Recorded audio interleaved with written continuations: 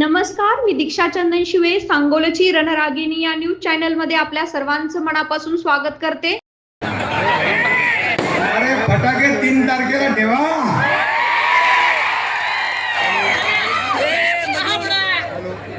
माझ्या लाडक्या बहिणी लडक्या बहिणींनो आणि माझे लाडके भाऊ इकडे आहे. सगळीकडे लाडक्या बहिणी लाडके भाऊ सगळे ज्येष्ठ श्रेष्ठ सगळ्यांचं मी मनापासून स्वागत करतो आणि पहिल्या फटक्यातच सांगून टाकतो, कोई माने या ना माने, सांगोला ओनली आनंदा भाऊ माने.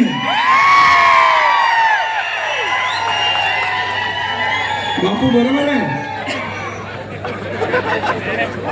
दुसरे कुठे बघायचा विषय येत नाही. बापूनी काम सोपं केलंय, सगळे धनुष्यबाणच दिलेत.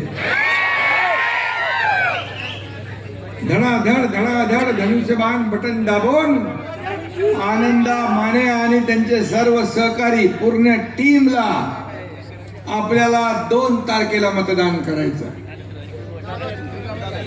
आणि एवढा क्राऊड आहे, एवढा लाईव्ह, म्हणजे सगळे पेटलेले लोक आहेत. चीड आणि आग आहे, संताप आहे मनांमध्ये. आणि एवढे जर बाहेर निघाले आणि 2 तारखेपर्यंत आपण असेच काम करत राहिला तर सगळ्यांच्या समोरच्या सगळ्यांचं डिपॉझिट गुल झाल्याशिवाय राहणार नाही.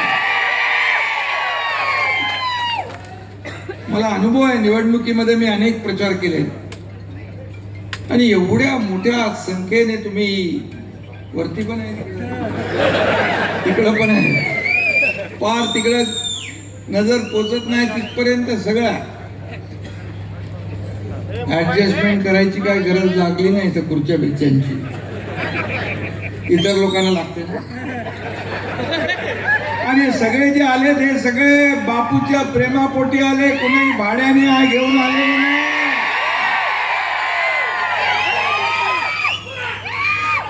आणि म्हणून सांगोल्याचा विचार पक्का आहे आणि सांगोल्याचा विकासाचं एकच निशाण आहे, ते म्हणजे शिवसेनेचा धनुष्यबाण.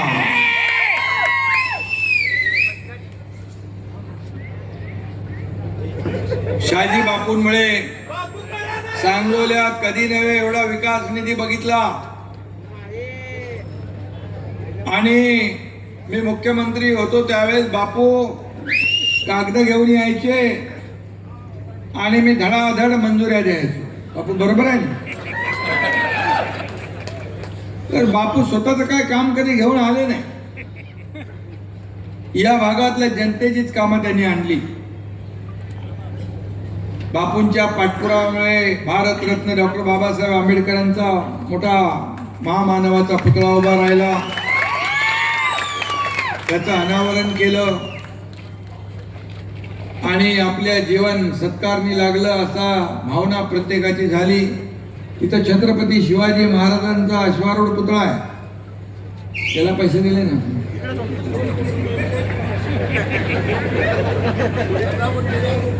दिलेत ना, 2 कोटी दिलेत म्हणतात सगळं.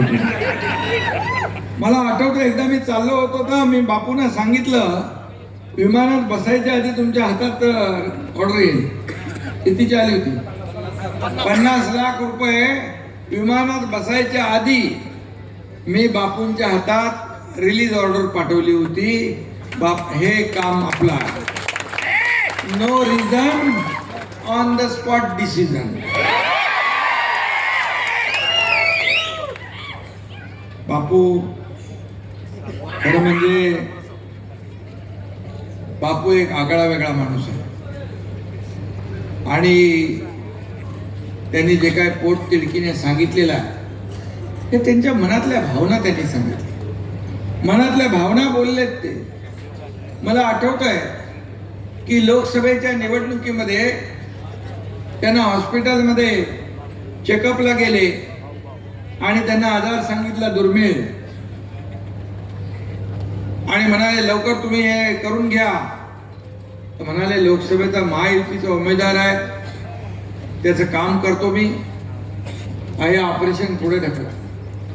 म्हणजे जीवावर बेतलेलं, जीवाशी खेळण्याचं काम बापूंनी लोकसभेच्या निवडणुकीत केलं आणि महायुतीच्या उमेदवाराला इथून 15,000चा लीड दिला आणि 15,000चा लीड दिला. असं बापू आहे. म्हणजे आधी लगीन कोंडाण्याचं, मग माझ्या रायबाचं, अशा बापूचा काही मित्रांनी विश्वासघात केला असला तरी सुद्धा हे एक मिनिट एकच मी सांगतो, तुमचा कार्यक्रम केला असं त्यांना वाटत असेल, पण तुमच्या माग हा एकनाथ शिंदे उभा आहे आणि बापूकडे श्रद्धा सबुरी आहे. आणि बापू हा लोकांमधला, बापू हळवा आहे, त्याला त्रास होतो या सगळ्या गोष्टीचा.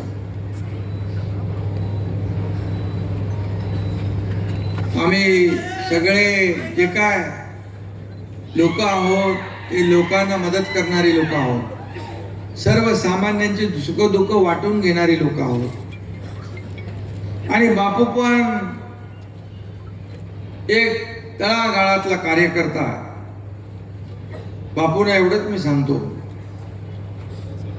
सत्य परेशान हो सकता है लेकिन पराजित नहीं हो सकता.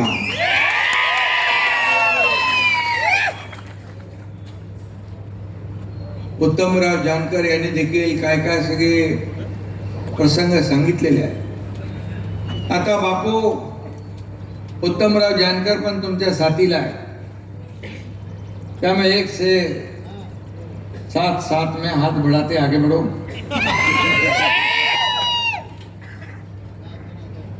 आणि मी एवढंच सांगतो की जे काय चित्र आहे हे पाहिल्यानंतर 2 तारखेला मतपेटीमध्ये सगळे धनुष्यबाण धनुष्यबाण धनुष्यबाणच दिसल्याशिवाय राहणार नाही. आणि 3 तारखेला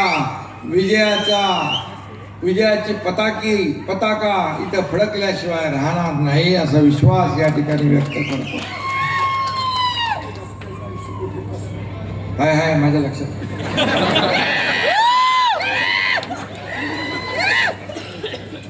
बापू गुवाहाटीला होते,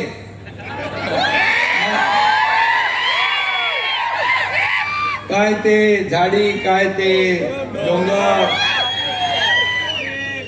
आसामचे ब्रँड अँबॅसेडर झाले होते आणि त्याचा फायदा त्यांना झाला. कितीतरी बिल्डरच्या जाहिरातीमध्ये मी बघितलं हायवेला बापूचा डायलॉग. आणि आता बापूचा डायलॉग काय ते मतदार, काय तो विजय.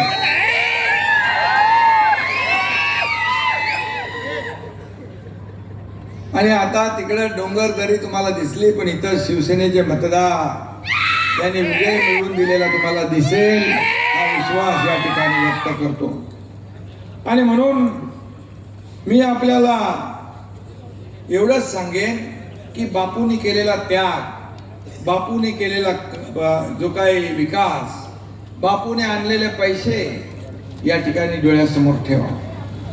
शेवटी विकासावर भर देणारे आपण लोक आहोत. मला आठवतंय एक सर्वसामान्य कार्यकर्ता, शाखा प्रमुख ते राज्याचा मुख्यमंत्री झालो. एका शेतकऱ्याचा मुलगा या राज्याचा मुख्यमंत्री झाला. सर्वसामान्य माणसाची गरिबीची परिस्थिती काय असते त्याची जाणीव मला आहे. आणि म्हणून पहिला निर्णय आम्ही घेतला माझ्या लाडक्या बहिणींच्या योजनेचा. मुख्यमंत्री माझी लाडकी बहीण योजना, अनेक लोकांनी विरोध केला, कोर्टात गेले, पण तुमचा लाडका भाऊ त्या मुख्यमंत्री पदाच्या खुर्चीत होता, आम्ही मंजूर केलं आणि त्याची अंमलबजावणी सुरू झाली. आता काही लोक अफवा पसरवतात लाडकी बहीण बंद होईल, पण मी सांगतो हा तुमचा लाडका भाऊ जोपर्यंत आहे तोपर्यंत लाडकी बहीण योजना कधी बंद होणार नाही. परत येतात जातात पुन्हा येतात, सत्ता येते जाते पुन्हा येते. बाळासाहेब सांगायचे सत्ता येते जाते पण एकदा नाव गेलं की परत येत नाही. आणि ते नाव जपण्याचं काम तुमच्या शहाजी बापूंनी केलंय याचा मला सार्थ अभिमान आहे. आपण किती कामं केली. म्हैसाळ उपसा सिंचन योजनेसाठी प्रकल्प उभारण्यासाठी 1,500 कोटी रुपयांना मान्यता दिली. टाकळी म्हैसाळ अशा 2 स्वतंत्र उपसा सिंचन केल्या. मुख्यमंत्री असताना बाळासाहेब ठाकरे उपसा सिंचन प्रकल्पाला 883 कोटी रुपयांना कामांना मान्यता दिली. जिल्हा परिषदेच्या कोळा गटात गिरडी गटात आजपर्यंत कुणी दिले नाही एवढे पैसे दिले. आणि इथं सांगोली शहरासाठी 90 कोटी भुयारी गटात, वंदे मातरम चौक ते मिरज रोड बायपास 11 कोटी, सांगोला प्रशासकीय कार्यालय 15 कोटी, मुस्लिम समाजासाठी ईदगाह 4.5 कोटी, बाबासाहेबांचं तर मी बोललो मगाशी समुद्र आणि त्यालाही 2 कोटी. त्या किती आहे. तर व्यापारी संकुल 18 कोटी, शिवाजी महाराज सुशोभीकरण 2 कोटी, राजमाता अहिल्यादेवी होळकर सभागृह 4 कोटी, सांगोला नवीन प्रशासकीय भवन 3 कोटी, विविध जाती धर्माच्या बांधवांसाठी समाज मंदिर 13 कोटी, आठवडा बाजार 1.5 कोटी, सांगोला शहर वाडी वस्त्यांच्या विविध रस्त्यावर 10 कोटी. कधी घेतले एवढे तुम्ही?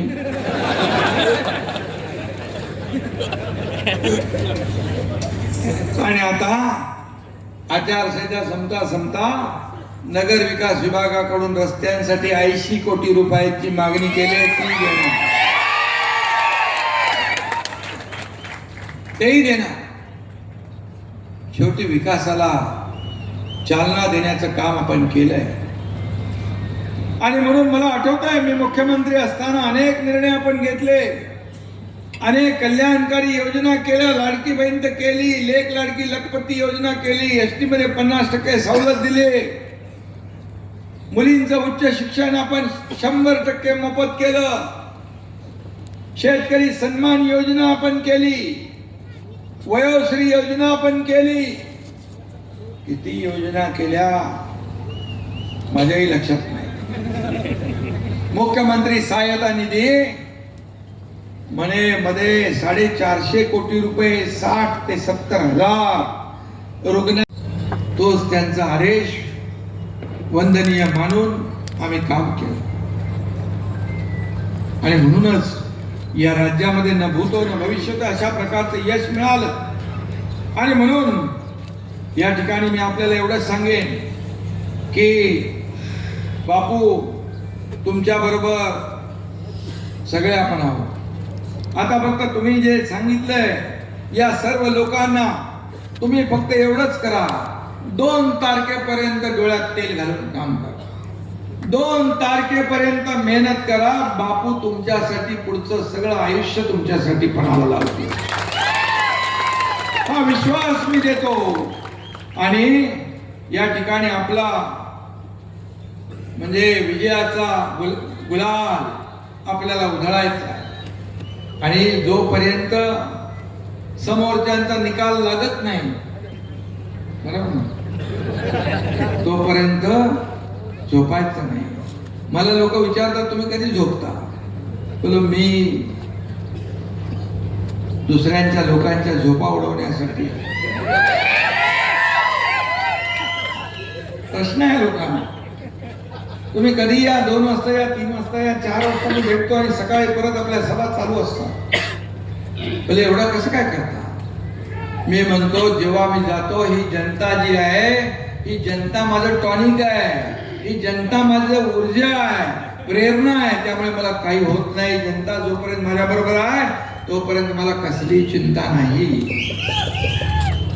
सत्ता संपत्ती किती मिळवली, प्रॉपर्टी किती कमवली, यापेक्षा माणसं किती कमवली आणि माणसांचं प्रेम किती कमवलं हे महत्वाचं आहे, हे महत्वाचं. आणि म्हणून बापूने हे कमवलंय, म्हणून एवढ्या मोठ्या संख्येने आपण आलेला आहात. आणि म्हणून मी आपल्याला एवढं सांगतो, बापू को अकेला मत समझो, बापू को अकेला मत समझो. बापू डरने वाला नहीं डराने वाला है और मैदान में उतरकर लड़ने वाला है. ऐसा बापू है। आणि म्हणून बापू तुम आगे बढ़ो, मैं हूं तुम्हारे साथ, मैं भी बाला साहब का चेला हूं, मेरा नाम है एकनाथ। साथ में हूं, चिंता मत। आणि म्हणून अरे थांब. आता पहिले ही लढाई जिंका, हे पडाव जिंका. आणि म्हणून बापू ऑलराऊंडर आहे.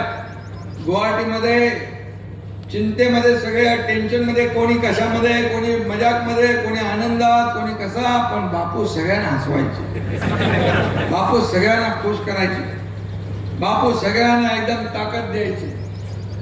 आणि म्हणून बापू ऑलराऊंडर आहे. बापू कपिल देव पण आहे, बापू सचिन तेंडुलकर पण आहे, बापू धोनी पण आहे. मला विश्वास आहे बापू मारतील छक्का आणि धनुष्य बाणाचा वाढेल मताचा टक्का. बरोबर आहे? अजून काय बोलायचं? आणि विरोधकांना पण बापूंनी सांगितलंय, अरे विरोधकांनो, सांगोला आहे भगव्याचा टापू, सांगोला आहे भगव्याचा टापू, आणि इथला सचिन तेंडुलकर आहे शाजी बापू.